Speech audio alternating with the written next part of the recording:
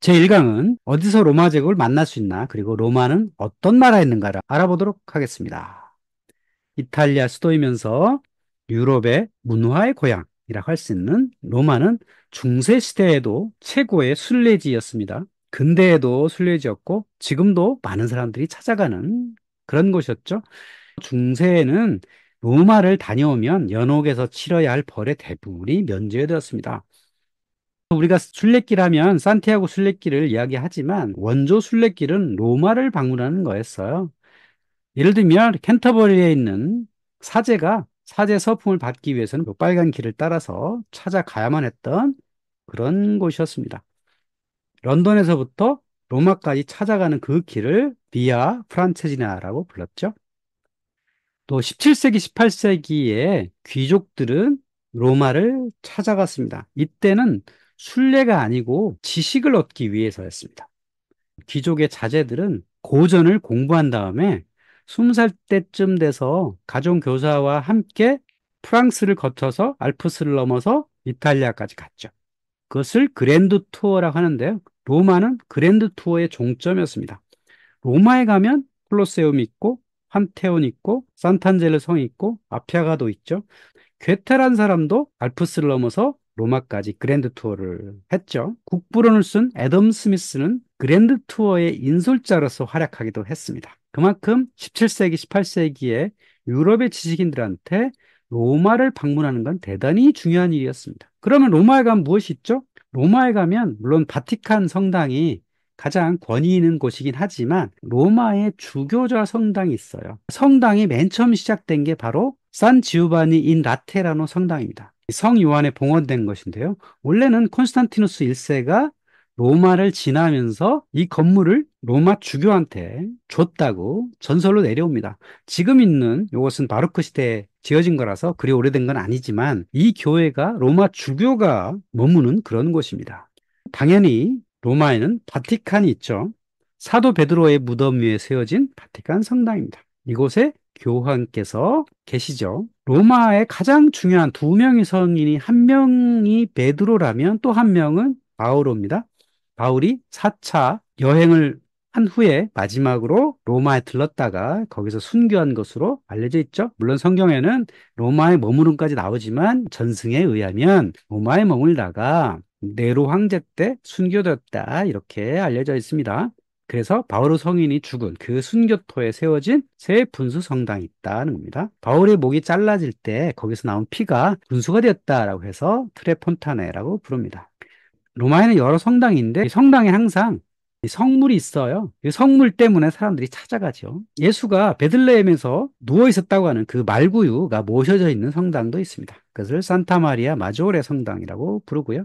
그 옆에는 산타 스칼라 성당도 있어요. 이것은 성계단 교회라고 부르는데요. 4세기에 콘스탄티누스 어머니 헬레나 예루살렘에 이 계단을 뜯어다가 로마에 기증했다고 하는 전승이 내려준 그곳입니다. 사람들은 그 예루살렘에 있는 계단을 뜯어왔기 때문에 그 위에 를 걸어서 올라가지 못하고 이렇게 무릎으로 걸어 올라가는 그런 곳이기도 하죠. 아주 성스러운 곳이라고 할 수 있습니다. 도시마다 산타크루체 성당이 있어요. 크루체라는 게 십자가라는 뜻이죠. 그러니까 십자가를 모셔놓은 성당, 이것을 산타크루체라고 불러요. 로마에도 산타크루체인 예루살렘 성당이 있습니다. 예루살렘에 십자가 모셔진 성당. 피렌체에도 산타크루스의 성당이 있어요. 산타크루체라는 이름이 붙었다면 저것은 십자가 유물이 모셔진 곳이구나. 이렇게 생각하면 됩니다.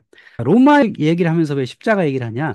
기독교라는 것은 로마 제국이 생겨났잖아요. 1세기부터 4세기까지 로마 제국 내에서 기독교가 만들어졌고 가장 큰 원동력은 로마 제국 때문이라고 할 수 있어요. 로마에서 기독교 얘기를 안 할 수가 없는 거죠. 프랑스나 영국이나 독일의 사제나 귀족들은 로마로 순례여행을 갔을 때 그 로마에서 만날 수 있는 가장 권위 있는 인물이 누구겠어요? 바로 교황이죠. 그런데 교황의 이름 중에 하나는 최고 제사장 폰티펙스 막시무스라는 이름이 있습니다. 이 폰티펙스 막시무스라는 것은 로마 제국 시대의 최고 제사장을 이렇게 불렀어요. 지금 로마 교황도 폰티펙스 막시무스라 부르거든요. 이걸 보면 로마 교황은 로마 황제의 후예다라고 할 수가 있겠죠. 또 로마 교황은 누구의 후예죠? 바로 성 베드로의 후계자이기도 하죠. 초대 교황을 베드로라고 한다면 현재 프란치스코 교황은 266대 교황이다. 이렇게 알려주고 있습니다. 그 사이에 한 번도 단절된 적이 없었다라고 로마 카톨릭 교회에서 이야기를 하는 거죠. 물론 믿거나 말거나입니다. 전승에 의하면 그렇다는 겁니다. 중세 초기에는 여러 혼란이 있었기 때문에 연결이 잘 됐는지 안 됐는지 잘 모르지만 266대까지 잘 이어져 내려오고 있다. 이렇게 로마 카톨릭에서 이야기를 하고 있죠. 로마 제국에 유적하면 포로 로마노를 이야기 안 할 수가 없겠죠. 중세 이전까지는 이 포로 로마노가 흙에 묻혀 있었어요. 로마에는 티베르라고 하는 강이 있죠. 강이 넘쳐가지고 중간까지도 흙에 묻혀 있다가 중세를 거치면서 근대 이후에 여기를 다 파내가지고 로마에 가면 가장 중요한 관광지 포럼 로마눔을 이렇게 볼 수가 있죠. 로마 공화국 시대 또는 제정 로마 시대에 만들어졌던 여러 신전의 흔적들, 개선문, 그 옆에 콜로세움 여러 가지 것들이 있죠. 포로 로마노 옆에는 황제들의 주거지라고 불리는 팔라티노 언덕이 있습니다. 이 언덕 위에 올라가 보면 로마 시대에 만들었던 그 황제들의 궁전들이 지금도 꽤 잘 남아 있어요. 벽돌로 만들어져 있어가지고 지금도 온전하진 않지만 그래도 비교적 파괴를 면한 그런 모습들을 하고 있습니다. 중간에 보면 작은 경기장 같은 것도 있고 궁전도 있습니다. 팔라티노 언덕 그 너머에는 키르쿠스 막시무스라고 하는 대경기장 유적이 있죠. 여기가 팔라티노 언덕이고요. 황제들이 이렇게 관람할 수 있는 그런 것이 있었거든요. 그 앞에 전차 경주를 할 수 있는 대경기장이 이렇게 있었습니다. 전차 경기장을 복원해 보면 이렇습니다. 로마 제국 시대에는 이랬을 것이다 라고 생각할 수가 있는 거죠. 오른쪽에 있는 요 건물들이 황궁이라고 할 수 있죠. 황제들의 궁전이 이렇게 있고 그 앞에는 이렇게 관람석이 있고요. 중간에는 오벨리스크도 서 있고 전차 경주를 할 수 있는 그런 곳이었습니다. 키르쿠스 막시무스란 데서 서커스란 말이 나왔습니다. 유베날리스란 사람이 이런 글을 남겼습니다. 통솔권, 직위, 군단과 모든 것을 위임했던 시민은 이제 단 두 가지를 초조하게 기대한다. 빵과 그리고 전차 경주를. 여기서 빵과 서커스란 말이 나온 겁니다. 황제가 시민들한테 제공해야 할 가장 중요한 책무, 그것이 바로 빵과 서커스였습니다. 시민들한테 빵을 무상으로 나눠주고 전차 경주를 열어서 시민들을 즐겁게 하는 것. 이게 로마 황제의 의무이기도 했던 겁니다. 바로 이 키르쿠스 막시무스에서 전차 경주가 열렸다고 하는 거죠. 또 로마 황제 중에서 대제라고 불리는 사람이 있습니다. 바로 콘스탄티누스죠. 유럽인들한테 가장 존경받는 또는 추앙받는 그런 사람이라 할 수 있죠. 대제라고 아무한테 붙이진 않거든요. 바로 그 콘스탄티누스의 두상이 이렇게 있는데요. 원래는 이제 동상이 엄청 크게 있었겠죠. 근데 얼굴만 남았어요. 근데 콘스탄티누스는 왜 대제라고 불릴까요? 이 사람이 4세기에 기독교를 공인했고 후대에 국교가 될 수 있도록 만든 가장 의미 있는 업적을 남긴 사람이기 때문에 그렇죠. 로마 시내 중간에 보면 산탄젤로 성이 있습니다. 세인트 안젤로 성, 천사의 성이라고 부르는 곳인데요. 이 천사의 성은 위에 천사가 나타났다. 중세시대에 그런 전승이 있어가지고 세인트 안젤로 성 이렇게 부르는데요. 원래는 하드리아누스 황제 가족의 묘였어요. 제가 빨간 산을 그어놨는데요. 여기 빨간색 이렇게 있잖아요. 요 밑에가 로마 시대에 있었던 영묘의 흔적이고 요 위에는 중세시대 교황이 요새처럼 지은 거예요. 1527년에 독일 황제가 여기를 쳐들어왔을 때 교황이 여기에 피신해가지고 있었던 요새이기도 했습니다. 지금은 군사박물관으로 쓰이고 있습니다. 팔라티노 언덕 남쪽으로 내려가 보면 관광객이 가는 곳은 아닌데 마르켈루스 극장이라는 게 있어요. 로마 시내에 있는 여러 유적 중에서 반원형 극장의 유적이 이거밖에 없는데요. 여기 보면 밑에 이렇게 해가지고 반원형 극장의 흔적이거든요. 여기가 관람선이 있겠죠. 그 위에 이렇게 집이 올라가 있어요. 밑에는 로마 시대의 마르케르스 극장 유적이고요. 그 위에는 중세 시대에 지은 주택이에요. 지금도 사람이 사는 주택인데요. 이걸 오르시니 가문이 소유했다 그래요. 로마시에서 가장 비싼 아파트라고 합니다. 이 아파트가 좋아서 비싸다고 할 수는 없고 그렇게 좋아 보이진 않잖아요. 근데 고대 유적지 위에 집을 지었잖아요. 그러니까 비싸다고 하는 거예요. 제가 이렇게 올려다봐도 그렇게 좋아 보이진 않더라고요. 워낙 비싼 유적지 위에 집이 있는 거죠. 이거 중세시대에 있었기 때문에 고대 유적을 살리기 위해서 이걸 몰아낼 수는 없는 거고 어쨌든 그렇습니다. 로마 하면 가장 중요한 건축물 있죠. 로마 시대 건축물 중에 지금까지도 살아있으며 현역으로 사용되고 있는 그곳이 바로 판테온이죠. 만신전이라고 부르는 온갖 신들을 다 모신 신전, 판테온이라고 불립니다. 또 판테온의 정식 명칭은 산타 마리아 로툰다 교회입니다. 로툰다라는 게 둥그런 뜻이거든요. 그러니까 마리아를 모신 둥그런 교회, 그런 뜻입니다. 지금도 교회를 쓰이고 있습니다. 이 판테온의 건축 양식이 중근대 유럽에 엄청나게 많이 세워졌죠. 로마 하면 중요한 건축물이 가도입니다. 그 가도의 여왕이라고 불리는 게 바로 아피아 가도입니다. 가도라는 게 로마 시대에 유럽 전체 길이 뚫려 있었거든요. 3,200km 정도 있었다고 하는데 맨 처음 시작된 게 바로 아피아 가도였습니다. 로마에서부터 남쪽으로 내려가는 아피아 가도입니다. 또 거리를 잴 수 있는 마일스톤이라는 게 있었어요. 마일을 측정해주는 수톤이다, 그런 뜻입니다. 여기에 번호가 써있었거든요. 이게 1번 마일스톤이에요. 로마 제국에 어디 가서 325번 마일스톤 봤다 그러면 로마로부터 거리가 325 로마 마일 떨어져 있는 곳이다, 이렇게 알 수 있을 정도로 아주 정밀하게 만든 그런 곳입니다. 아피아가도 근처에 까따콤베라는 게 여러 개 있어요. 까따콤베는 지하 묘지입니다. 여기는 산 세바스티아노 까따콤베인데요. 지하에 땅을 파고 거기에 묘지를 만든 거예요. 제가 들어가 봤는데 어둡고 한데, 고대 로마에서는 로마 시내에 묘지를 만들 수가 없었어요. 그래서 대부분의 사람들은 로마 바깥에 묘지를 져야 되는데 지상에 묘지를 안 하고 이렇게 지하에다가 묘지를 하게 됩니다. 이탈리아 땅은 파기가 쉽거든요. 그리고 한번 파면 단단해져요. 묘지를 파기 굉장히 좋기 때문에 부모묘를 지하에다가 이렇게 만드는 그런 곳이었죠. 전해지기는 이 카타콤베가 종교박해 상징이라고 하는데 제가 보기엔 그건 좀 와전된 것 같고요. 그냥 공동묘지다. 사람들이 여기 와서 부모에 대해서 추도하는 그런 곳이다. 기독교가 들어온다 하면은 여기 와서 예배도 드리고 옆에 교회도 있고 하거든요. 그런 곳이다라고 이해하면 되겠습니다. 고대 로마 시대에 있었던 지하 묘지라 할 수 있겠습니다. 로마 하면 수로가 굉장히 많이 발전되었죠. 상수도 하수도 시설이 완벽하게 완비됐던 게 로마 제국이었기 때문에 로마시 근처에도 수로의 흔적이 꽤 많이 있습니다. 제가 가봤던 곳에 아쿠아 클라우디아가 있습니다. 여기는 지하철 타고 갈 수 있는 편리한 곳에 있고요. 그 옆에도 여러 수로 흔적이 있어요. 여기는 아쿠아 마르키아라고 하는 수로인데 지금도 물이 이렇게 흘러나오고 있어요. 이게 모터가 있어서 나오는 게 아니라 북쪽에 수원지가 있어요. 거기서 자연스럽게 물이 흘러나오고 있는 겁니다. 로마 제국 시대에 만든 수로가 지금도 이렇게 정상 작동하고 있다는 거 깜짝 놀랄 만한 일이죠. 2세기 초반에 로마시 전경이 이런데요. 왼쪽에 테베레 강이 이렇게 흐르고요. 오르시니 가문의 저택이 있는 마르켈루스 극장이 이렇게 강가에 있었고요. 로마의 중심 하면 포로 로마노죠. 그 옆에 팔라티노 언덕이라고 황궁이 이렇게 있었고 그 옆에 키르크스 막시무스가 이렇게 있었죠. 그 옆에 붉은색 벽돌로 지어진 아쿠아 클라우디아가 있었습니다. 아쿠아 클라우디아가 여기 오른쪽에 지도에 있죠. 빨간색 아쿠아 클라우디가 이렇게 해서 수원지로부터 물이 흘러내려와서 로마시에 물을 공급하는 그런 곳이었고요.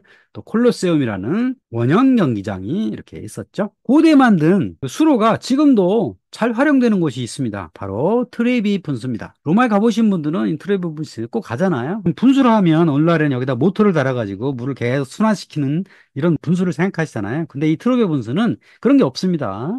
모터라는 게 전혀 없고 천연 수로에서 흘러나오는 겁니다. 고대에 만들었던 아쿠아 비르고 수로가 중세 시대에는 막혔었는데 이거를 교황이 수리를 해가지고 이렇게 트리베 분수를 만든 겁니다. 여기 바로크 시대에 건축물을 세우고 로마 시대에 만든 수로를 고쳐가지고 이렇게 물이 흘러나오고 있는 겁니다. 그러니까 2000년 된 수로에서 물이 지금도 이렇게 흘러나오고 있습니다. 로마 시내를 걷다 보면 수도꼭지 같은 것들이 있어요. 거기에 나오는 것도 로마 시대부터 만들어진 수로라고 하는 거. 포르로마노 옆에 가면 트라이아너스 원기둥이 있는데요. 이 원기둥은 트라이아너스 황제가 다키아, 오늘날의 루마니아를 정복하고 자기 업적을 기록해 놓은 업적비 같은 겁니다. 비문 같은 거예요. 동양에서는 비를 세웠다면 이 로마에서는 이렇게 원기둥에다가 그림으로 그려가지고 이렇게 띠처럼 쭉 올라가면서 자기가 어떤 업적을 세웠는지를 보여주고 있는 거죠. 당시에는 문맹자들이 많았잖아요. 책이나 비문에 기록하면 못 읽는 사람이 많잖아요. 근데 이렇게 그림으로 새겨서 해놓으면, 물론 이것도 해석하는 사람이 필요하죠. 이걸 전문적으로 읽어주는 사람도 있고 그렇다고 하는 겁니다. 황제가 자기 업적을 알리기 위해서 기록을 해놓은 겁니다.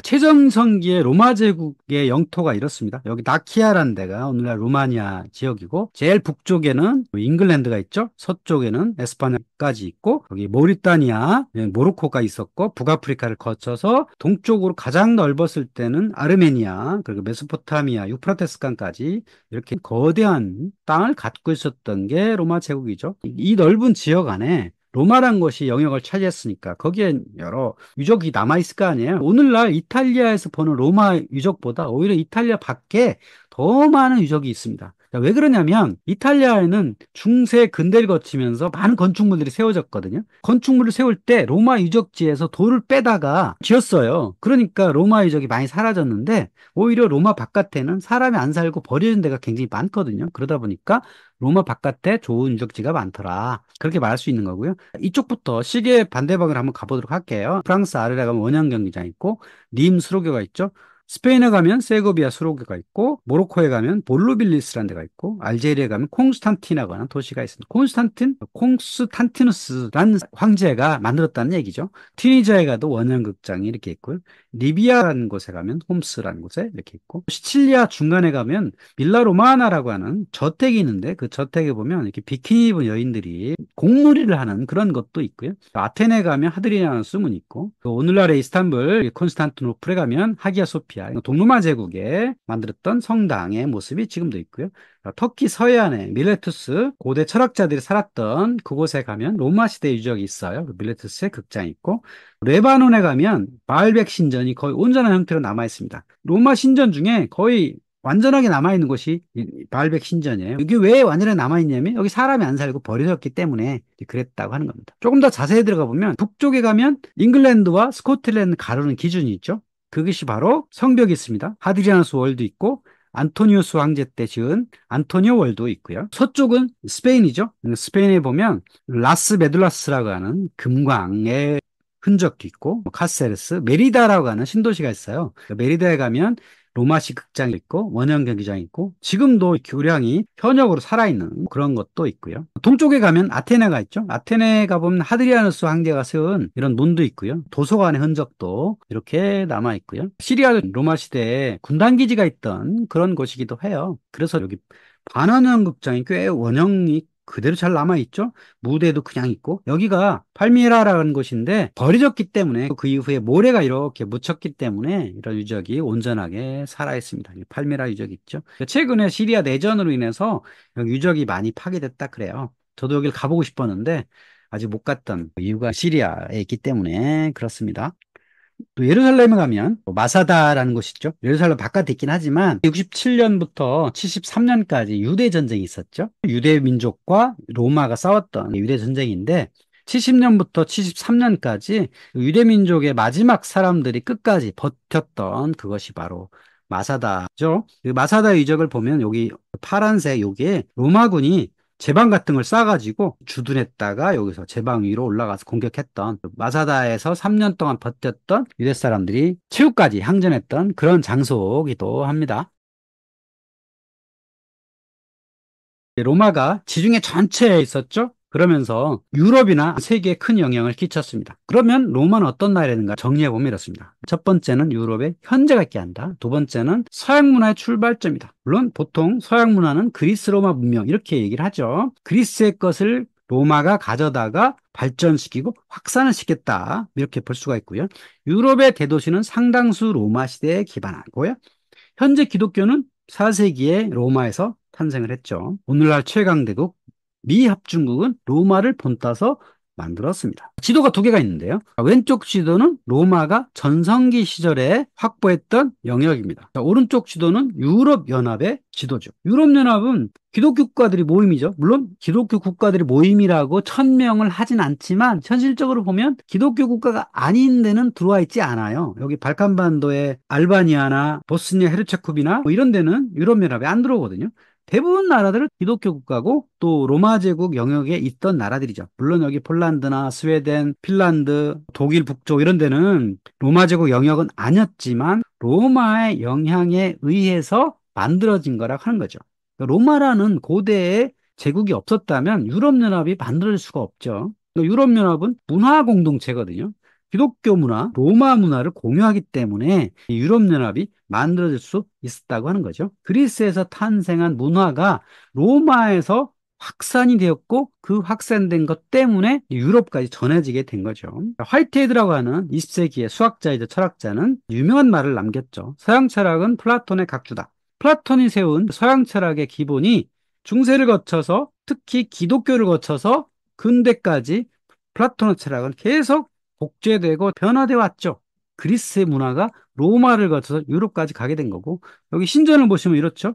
파르테논 신전, 기둥이 8개인 신전이 이렇게 있죠. 판테온도 기둥이 8개죠. 삼각형 페디먼트가 있는. 그러니까 판테온도 이 파르테논 신전을 모습을 따다가 세웠다는 걸 알 수가 있죠. 그리고 근대 유럽 또는 미국에 가면 판테온과 비슷한 건물들이 아주 많습니다. 미국에 있는 버지니아 주립대도 삼각형 페디먼트와 기둥이 6개 있는 포르티코, 입구가 있고 뒤에 도움이 이렇게 있죠. 판테온과 비슷한 모습을 가진 거죠. 그리스에서 출발한 게 로마를 거쳐서 유럽까지, 미국까지 전해지는 그런 나라였다 하는 거죠. 여기 세 명의 인물이 있어요. 왼쪽은 마르크스 아레올리스고요. 가운데는 비렐름 2세고 오른쪽에는 블라디미르 푸틴입니다. 세 사람을 공통적으로 부를 수 있는 단어가 있습니다. 바로 카이사르 또는 짜르, 다 같은 말이죠. 마르크스 아우렐리스는 우리는 황제라고 번역을 하잖아요. 근데 황제의 원어는 바로 카이사르 또는 아우구스투스입니다. 비렐름 2세는 독일 제국의 황제였죠. 카이사르라고 부르고요. 이 사람 별명이 요 수염 때문에 카이저 수염이라고 불렀고요. 블라디미르 푸틴을 짜르라는 별명으로 부릅니다. 러시아 황제도 짜르라고 불렀거든요. 블라디미르 푸틴은 러시아 황제하고 비슷한 책임 권리가 있기 때문에 그런 별명으로 불립니다. 로마 시대부터 지금까지 이어지고 있다고 하는 겁니다. 서로마가 서기 476년에 멸망을 하거든요. 동로마는 그로부터 1000년을 더 가지만 서로마가 멸망을 했어도 카이사르의 명칭은 계속 이어졌습니다. 서기 800년에 샤를마뉴라는 프랑크족 왕이 프랑스와 독일과 이탈리아 북부를 점령을 한 다음에 교황한테 와가지고 황제관을 받습니다. 교황이 황제관을 샤르마니한테 씌워주는 거예요. 근데 이 황제관의 이름 뭐였냐? 서로마 황제관이었습니다. 이미 서로마는 멸망을 했는데 가상적으로 씌워준 거예요. 당신이 서로마의 황제요. 이렇게 씌워줍니다. 그러다가 926년에 오토라고 하는 독일 왕한테 교황이 또 황제관을 씌워줬어요. 이때는 서로마 황제관이 아니라 로마 황제라는 이름을 붙여가지고 관을 씌워줍니다. 그 이후에 유럽인은 자신을 로마인이라고 생각했습니다.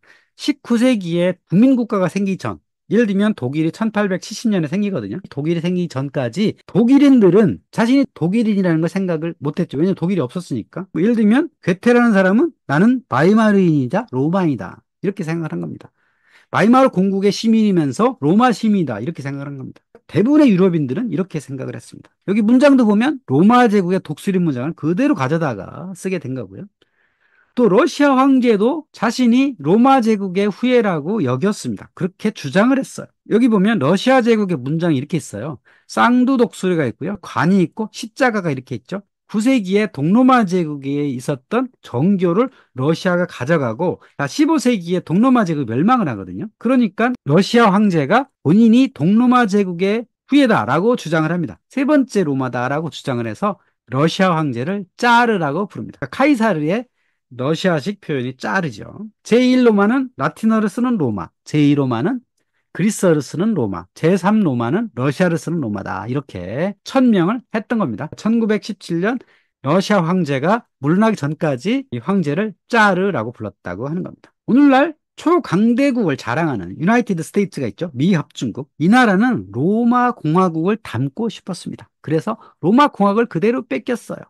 로마 공화국의 시네이터 있죠. 원로원이라고 번역하는 시네이터는 파리아멘트 의회로 바뀌었죠. 의회는 어떻게 돼 있죠? 주별로 2명씩 상원의원, 인구 비례로 하원의원. 이 로마식 공화정과 비슷해요. 미국 국회의사당이 있는 그곳을 캐피톨 힐이라고 합니다. 근데 이 캐피톨 힐은 원래 로마시에 있는 언덕 중에 하나였죠. 캐피톨 힐은 신들을 모시는 신성한 공간이었습니다. 그래서 항상 캐피톨 힐에는 신전이 있었죠. 로마 사람들 가서 신에게 제사를 지내는 신전이 있던 그 장소. 미합중국 사람들은 건국하면서 로마 공화국에 있었던 여러 가지들을 가져다가 미국이란 나라를 만들게 됩니다. 혹시 여러분들이 로마 제국에 대해서 좀 더 관심을 두신다면 이런 책들을 보실 수 있습니다. 로마 제국을 알려주는 고전 이런 게 있어요. 오비디우스의 변신 이야기, 베르길리우스의 아이네이스, 플루타르코스의 영전, 카이사르가 썼던 내전기 관련 전쟁기가 있고요. 가장 유명한 로마사 책은 리비우스의 로마사죠. 방대한 로마사를 이야기하고 있고요. 요세푸스 유대전쟁사도 있고요. 타키투스가 쓴 연대기도 있고요. 근대로 넘어오면 2차 사료를 할 수 있는 로마 제국에 관한 책들도 있습니다. 자, 마키아벨리가 로마 공화국에 관한 자료를 정리한 로마서 농구라는 책도 있고요. 에리오드 기본 로마 제국 세망사를 썼고요. 몸젠이라는 역사가도 로마사를 썼고 몽테스키에라는 사람도 간략하게 로마사를 정리를 했습니다. 오늘날에는 로마에 관한 책은 어마어마하게 많습니다. 도서관에 가도 로마에 관한 책이 엄청나게 많고 지금도 로마에 관한 책은 막 쏟아지고 있습니다. 그런 책들 중에서 재밌을 만한 거를 고르셔서 읽으시면 될 것 같습니다. 우리나라에 가장 많이 알려진 책은 로마인 이야기죠. 이거 말고도 최근에 나온 책 중에 로마는 위대해졌는가 이런 책도 있고 경영과 접목했던 위대한 기업 로마에서 배운다 이런 책도 있고 소설 형식을 쓴 나는 황제 클라우디우스다. 콜린 맥컬로라고 하는 작가가 로마 1인자라는 책을 써가지고 베스트셀러가 있는데요. 이거 말고도 다양한 책들이 있다. 자기 수준이나 관심에 따라서 선택해서 골라 읽으면 된다라고 말씀드릴 수 있겠습니다.